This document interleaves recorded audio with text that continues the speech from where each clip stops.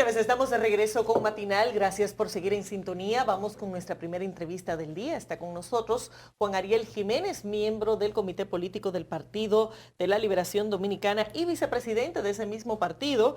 A propósito, bueno, de muchos temas interesantes que hay en el país, incluyendo el tema precios y el tema déficit que fueron tratados ampliamente el fin de semana. Bienvenido, un placer tenerte con nosotros. Buenos días, el placer es mío como siempre. Dice el presidente Luis Abinader que por primera vez el gobierno no tiene un déficit. Usted como economista nos gustaría conocer los detalles y cuál es el parecer usted fue ministro de Economía, Planificación. Decir varias cosas. Primero, no es la primera vez que el gobierno no tiene déficit. Eso ya se ha registrado en el pasado. De hecho, hubo cierres de años que fueron superavitarios. Cuando no hay déficit, hay superávit. O los números están en rojo, déficit, o en azul, superávit. Eso ya se ha tenido en el pasado. De hecho, era una exigencia del Fondo Monetario Internacional en años anteriores y se registraron superávit. Lo que estamos teniendo, eso es positivo para la economía. depende de qué explique la ausencia de déficit. Ciertamente, cuando vemos los números del gobierno en enero-julio, se tiene un superávit primario. Es decir, si no se toman en consideración los intereses que hay que pagar de la deuda, se tiene un superávit primario cercano a 115.000 millones de pesos. ¿Qué explica eso? Que no se está ejecutando el gasto de capital. Y ahí es que viene el problema. Cuando ese bajo déficit... Para que la gente entienda, gasto de capital, inversión en infraestructura, construcción de escuelas, hospitales, carreteras, calles. Entonces, como esa inversión está muy lenta, como de todo el dinero que se le aprobó en el presupuesto, apenas se han gastado 1 de cada 4 pesos que se tiene para hacer inversiones, obviamente ahí se registra un menor gasto y ese menor gasto explica el bajo déficit. ¿Qué genera ese retraso? Porque sobre todo el gobierno en una situación como esta ameritaría una mayor inversión, sobre todo en el viejo concepto de que cuando la cosa está mala hay que abrir el hoyo aunque tengamos que volver a cerrarlo, ¿verdad? No, y sumándole a eso que a nivel de anuncios de obras el gobierno ha estado muy activo. Claro, pero se ve el contraste entre el anuncio y la realidad presupuestaria. Vuelvo, insisto, lo que dicen los números de presupuesto, de la ejecución presupuestaria. Pero ¿cuál es la razón del retraso? Porque parecería que si el gobierno tiene abundancia de dinero, porque se lo genera también el proceso inflacionario, que le genera un balance positivo,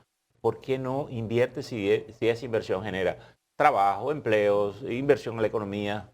Recursos han tenido, se está recaudando más por efecto precios, entre otras cosas, y además la alta deuda que se ha tomado, sobre todo en cuando se han emitido bonos soberanos, septiembre del año pasado y enero de este año.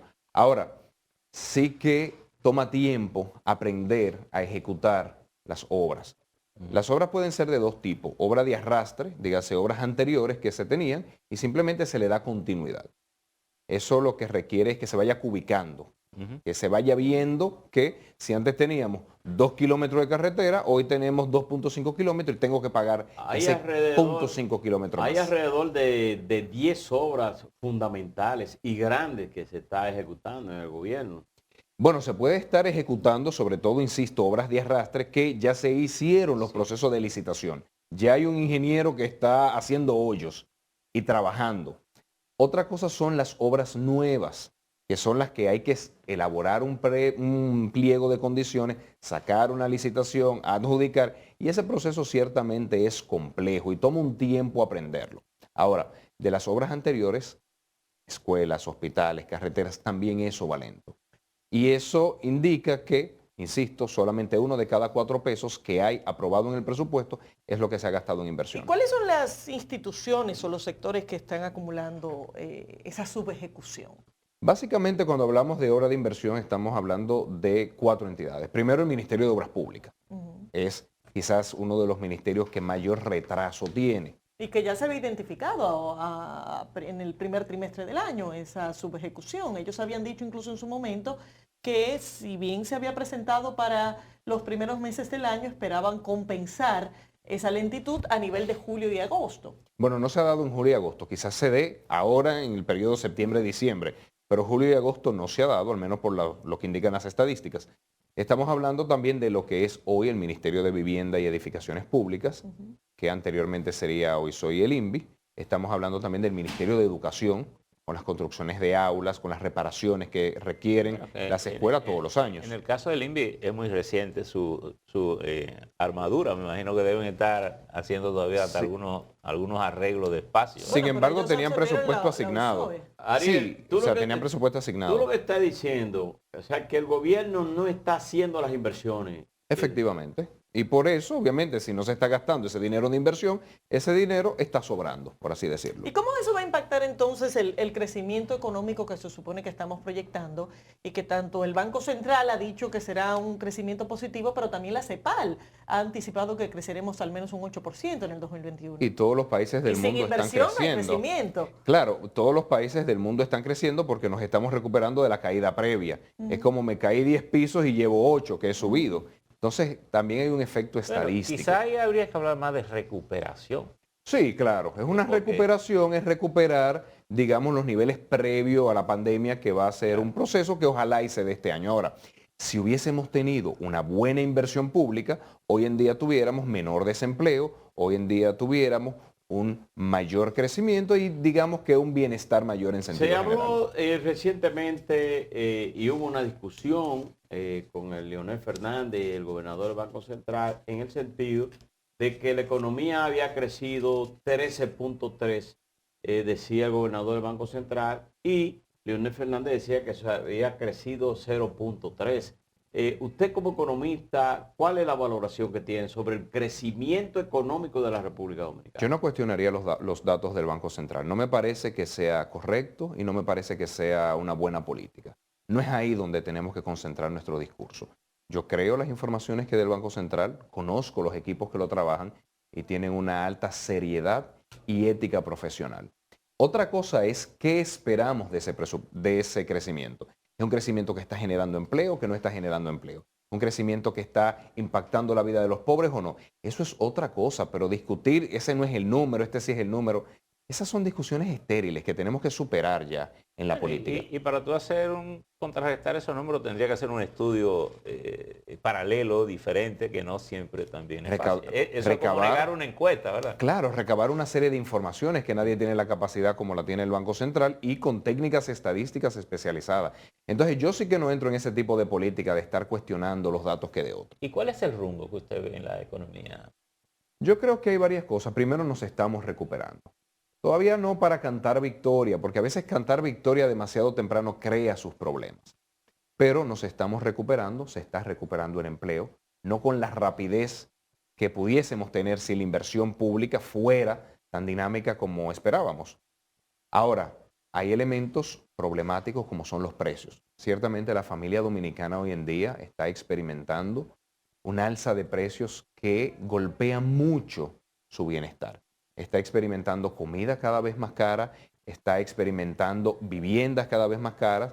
Entonces, eso sí que les dificulta y en la medida en que el mercado laboral, dígase, encontrar empleo que vaya aumentando sus ingresos, está lento también, recuperándose, no se puede negar, pero no al ritmo que debería, pues sí que, como se decía anteriormente, la microeconomía está complicada, aunque la macroeconomía vaya mejor. Estas alzas se puede decir que es consecuencia de la incapacidad del gobierno o está ligada a cosas internacionales o algo internacional. Yo no diría incapacidad, a mí no me gustan esos adjetivos grandilocuentes, no es esa la forma de oposición que a mí me gusta.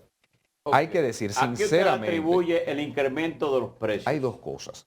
Uno, ciertamente los precios internacionales de todo está subiendo. El petróleo ha estado subiendo, los commodities, dígase, lo que comen, las gallinas, los cerdos, las reses, está aquí subiendo. ensamblamos Claro, los pollos, la gallina y los eso puercos. aumenta los precios internacionales. Ahora, ni para un lado ni para el otro. En todos los países eso está ocurriendo. Y Ariel. República Dominicana, perdón, quiero terminar esta idea. Y República Dominicana es uno de los países con mayor alza de precios. Entonces sí que hay elementos dentro de la estructura productiva y en el gobierno que han exacerbado ese aumento internacional. Y claro que hay errores también porque, por ejemplo, la peste porcina africana disparó el precio del pollo como sustituto del cerdo. Y eso fue, Incluso obviamente, un hasta la error carne de los de técnicos res, del gobierno. Hasta la carne de res está escaseando. Claro, y es normal. precisamente, Pero en el tema del pollo, antes de salir Percio de ahí, se ha anunciado, primero se anunció que se iban a hacer importaciones a través del INESPRE y ahora parece que esas importaciones van a ser de forma masivas y abiertas. ¿Cuál es la consecuencia desde el punto de vista económico y desde el punto de vista de la estructura productiva de esa medida? Se está afectando a los productores locales. Lo que hubiese sido correcto hacer es, primero que nada, admitir que había un problema, porque duramos muchos meses en negación. No es verdad, eso es que le dio neumonía, después son unas cuantas provincias, porque este manejo mediático de las cosas paga factura. Si desde el principio se dice, sí, hay problemas y vamos a sentarnos a la mesa a trabajar, porque un pollo, desde que está en finca hasta que está en los supermercados, toma 40, 45 días. Hubo tiempo suficiente para sentarse con los productores avícolas nacionales y decir, señores, preveo que en unos meses va a escasear el pollo por el efecto de la peste porcina africana. Quizá. Se hubiese incentivado la producción de pollo, que nuestras fincas tienen capacidad de aumentar la producción, y se hubiese podido evitar un poco esa alza de precios con producción local, que crea empleo, que crea riquezas. Ariel, Entonces ahí hubo un mal manejo. el profesor Juan Bosch advertía mucho en sus charlas una cosa interesante. Él decía, todos los días ocurre algo en el exterior que tiene que ver más con nosotros que todas las cosas que hacemos internamente. Yo creo que esa realidad de la economía cambió y hace eso mucho más evidente. Si el factor de las alzas de precio depende mucho de esos factores externos, hoy veo lo del flete que se ha disparado enormemente y eso va a afectar también. ¿Cómo contrarrestar en el orden interno ante esta realidad de hoy? Hay muchas medidas y se saben. De hecho, debo decir que no es la primera vez que aumentan los commodities. Ahora mismo el precio del petróleo ha rondado entre 60 y 70 dólares y en el pasado se experimentaron precios de 120 dólares. Ahora mismo se está diciendo del precio de los fertilizantes y en el pasado, en el 2011-2014, los fertilizantes estuvieron mucho más altos de lo que están hoy en día. Entonces, los commodities agrícolas en el 2011-2014 ha sido su pico de los últimos 30 años. Y no se produjo esta alza de precios que estamos teniendo hoy en día. O sea que se sabe cómo manejar esas situaciones. Lo primero es que ciertamente hay que aumentar el subsidio a las familias más pobres, porque ante el aumento de la canasta familiar se pueden hacer dos cosas, o subsidio a todo el mundo o subsidio a los más necesitados. Entonces, en esos casos así, los países normalmente aumentan la ayuda que se tiene en la familia más pobre. Sí, Lo focalizada. segundo es, claro, focalizado. Lo segundo es que se empiezan a subsidiar ciertos productos que impactan toda la cadena. Por ejemplo, los combustibles. Ciertamente debió congelarse los precios de los combustibles, que se hizo ahora mismo, para evitar que eso impacte toda la cadena, porque todo hay que transportarlo.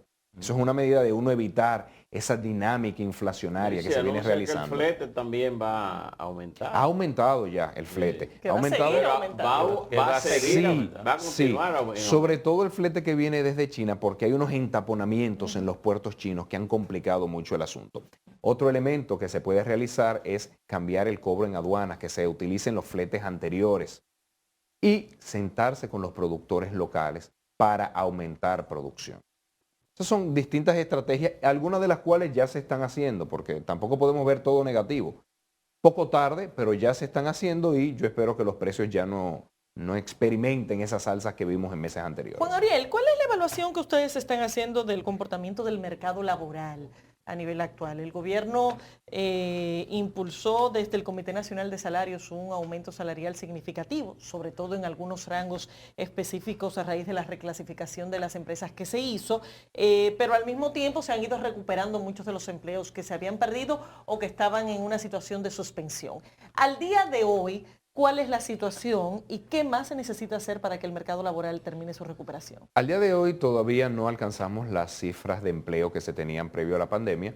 En el primer trimestre de este año se tenían 200.000 empleos menos, más o menos.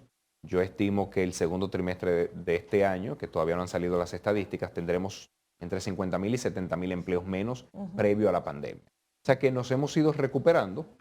Este aumento salarial que se anunció no es tan alto como se ha dicho por el tema de la reclasificación empresarial. En muchas empresas grandes pasan a ser medianas, la mediana pequeña y la pequeña micro. le corresponde un salario mínimo menor. Pero sí que va a haber un aumento en el salario, sobre todo en el salario mínimo de algunos sectores, porque tampoco es generalizado. No incluye construcción, ni turismo, ni zonas francas, ni el gobierno. Ariel, Pero va a aumentar los salarios. Ahora, ¿qué más se pudiera hacer? Sobre todo inversión pública. Si ese dinero que se tiene en el presupuesto se estuviese gastando en todos los rincones del país, construyendo casas, reparando escuelas, reparando hospitales, obviamente ese es un tipo de inversión que requiere mucha mano de obra. Pero eso es Y lo eso que, hubiese ayudado a tener hoy en día menor cifra de desempleo y aumento Ariel, de pero salario. eso es lo que ha anunciado el gobierno, que están construyendo viviendas para pobres, están rehabilitando escuelas, están rehabilitando hospitales, construyendo algunos y hay alrededor, vuelvo y te repito, como 10 obras.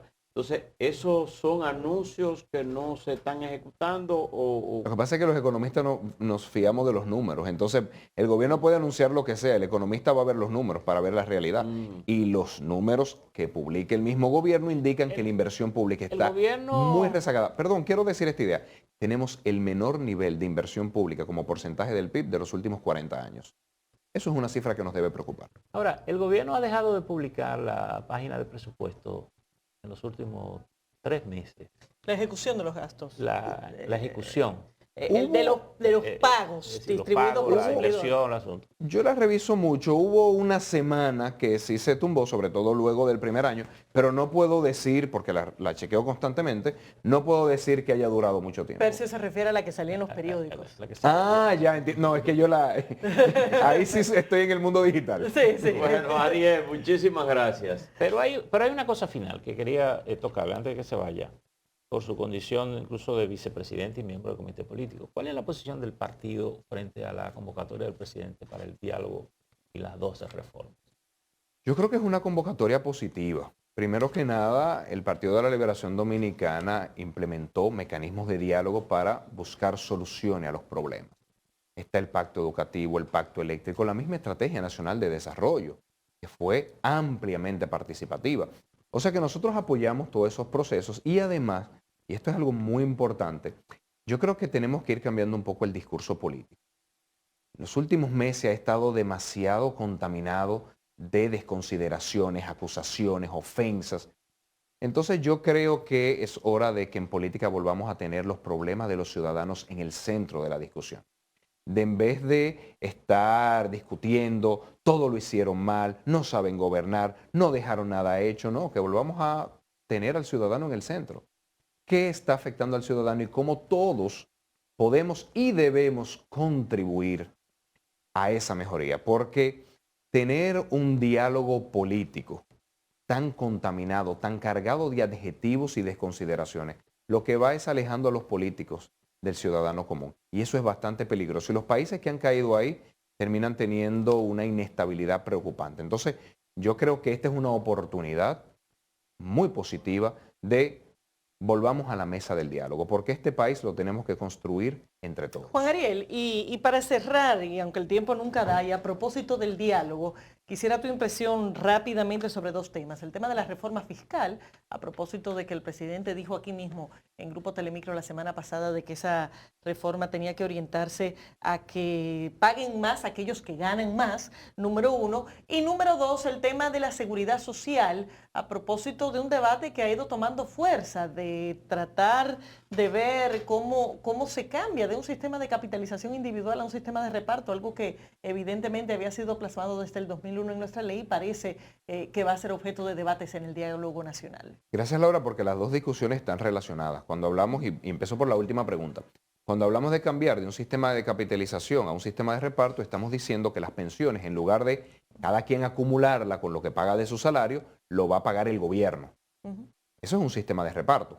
El gobierno recauda impuestos y paga pensiones. Cosa que ya quisimos y que no funcionó. Claro, y que se ha implementado en varios países con experiencias más positivas, más negativas, dependiendo de la fiscalidad, dependiendo de qué tanta capacidad tiene el gobierno de cobrar impuestos. Entonces, si vamos a cambiar el sistema de pensiones, que por cierto hay regímenes mixtos que combinan ambas cosas, tienen un reparto solidario para todas las personas y por encima de ahí una capitalización individual. Pero debemos de saber cómo se van a cobrar esos impuestos y eso impacta directamente la discusión fiscal.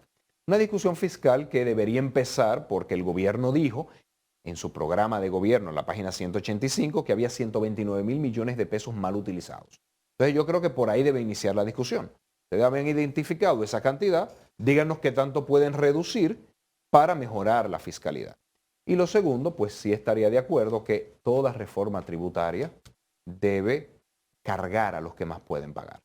Y yo creo que en esta situación económica que nos deja el COVID-19, la solidaridad se ha dicho ampliar es la importante. base. ¿Qué implicación puede Ahí eso sí es tener? más peligroso, porque cuando hablamos de ampliar la base, estamos hablando de tres cosas. Estamos hablando de alimentos esenciales, educación y salud. Pare de contar. Todo lo demás no da ni 1 ni 2 millones de dólares. Entonces, cuando hablamos de ampliar la base, estamos hablando de ponerle ITEVIS al arroz, a la habichuela, al plátano, al pollo, que ya de por sí está bastante caro. Estamos hablando de ponerle ITEVIS a la salud, a los medicamentos, a las consultas, a los procedimientos y de ponerle ITEVIS a la educación. ¿Cuál es el problema con eso? Que impacta demasiado el bolsillo de los más necesitados.